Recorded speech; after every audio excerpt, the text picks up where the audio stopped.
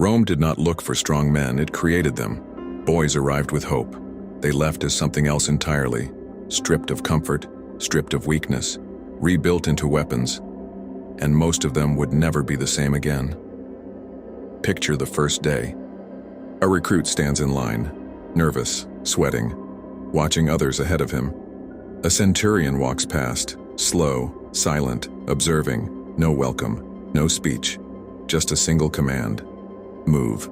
The training field is nothing but dust and wood, posts driven into the ground, weapons stacked nearby. He is handed a sword, but it is not a normal sword, it is heavier, much heavier. The shield follows, also heavier than anything he will carry in real battle. There is no explanation, only expectation. Strike the post. Again, again, again. Not wild swings, no wasted movement.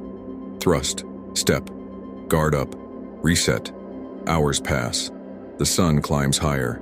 His arms burn, his hands blister, his breath shortens. He slows down. A voice cuts through the air, louder, closer. The centurion is behind him now, watching, waiting. He does not shout long. He does not need to. The recruit corrects himself instantly. Because mistakes are noticed. Always. And they are punished. Now shift. The recruit is marching. Full gear. Full weight. Armor pressing into his shoulders. Pack digging into his back. The ground is uneven. The pace is relentless. There is no talking. Only the sound of boots hitting dirt in perfect rhythm. One man begins to lag behind. Just slightly. It is enough. The column does not stop. But later, he will pay for it. Because in Rome, weakness is not ignored. It is removed. Now night falls. The men are exhausted. Sweat, dirt, silence. But there is no rest yet. They build. Ditches carved into the earth. Walls raised with precision. Each man knows his role. No confusion, no hesitation. The camp rises quickly. Perfect lines. Perfect order. Even here, discipline never ends. Inside the camp, a mistake is made. A weapon left unclean, a strap left loose. Small things. But in Rome, small things get men killed. The punishment is immediate, public, controlled. The lesson is clear. You do not fail yourself. You fail the man next to you. Now shift again. The recruit stands in formation. Shield raised, men on both sides of him.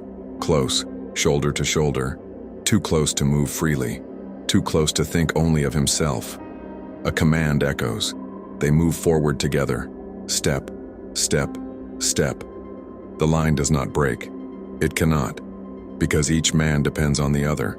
If one falters, all suffer. This is where Rome becomes different. This is where the man disappears and the unit is born. Days turn into weeks, weeks into months. The training does not ease.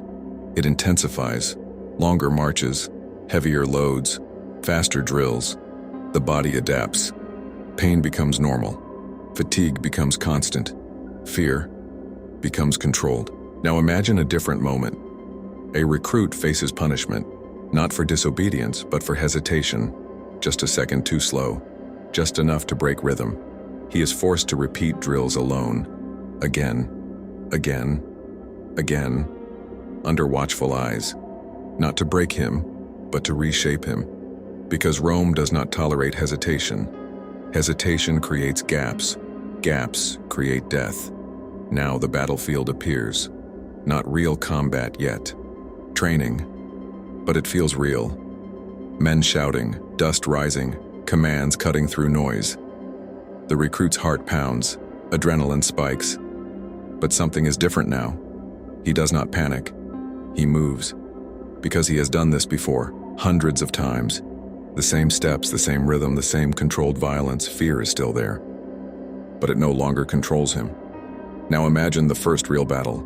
The line forms, shields lock, the world narrows.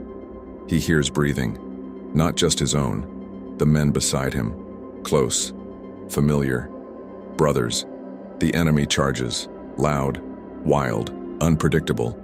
Everything inside him wants to react, to rush, to swing, to break formation. But he doesn't. Because Rome has already removed that instinct. A command is given, the line holds. Perfect.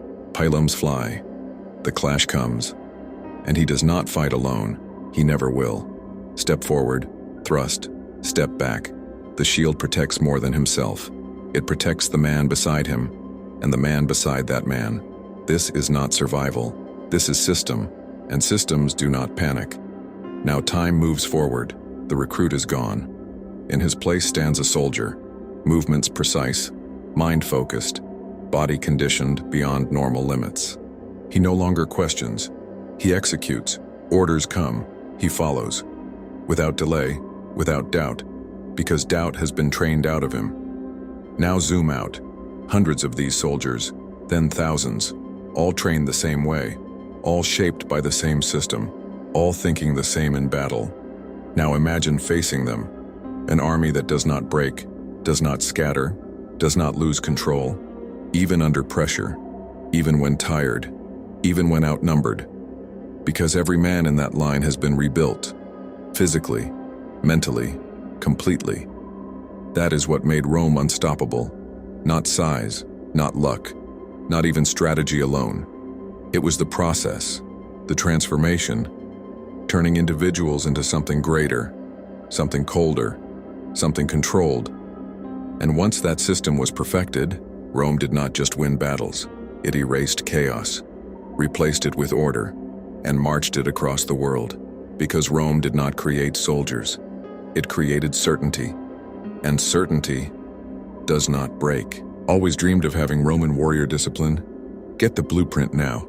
Link in bio.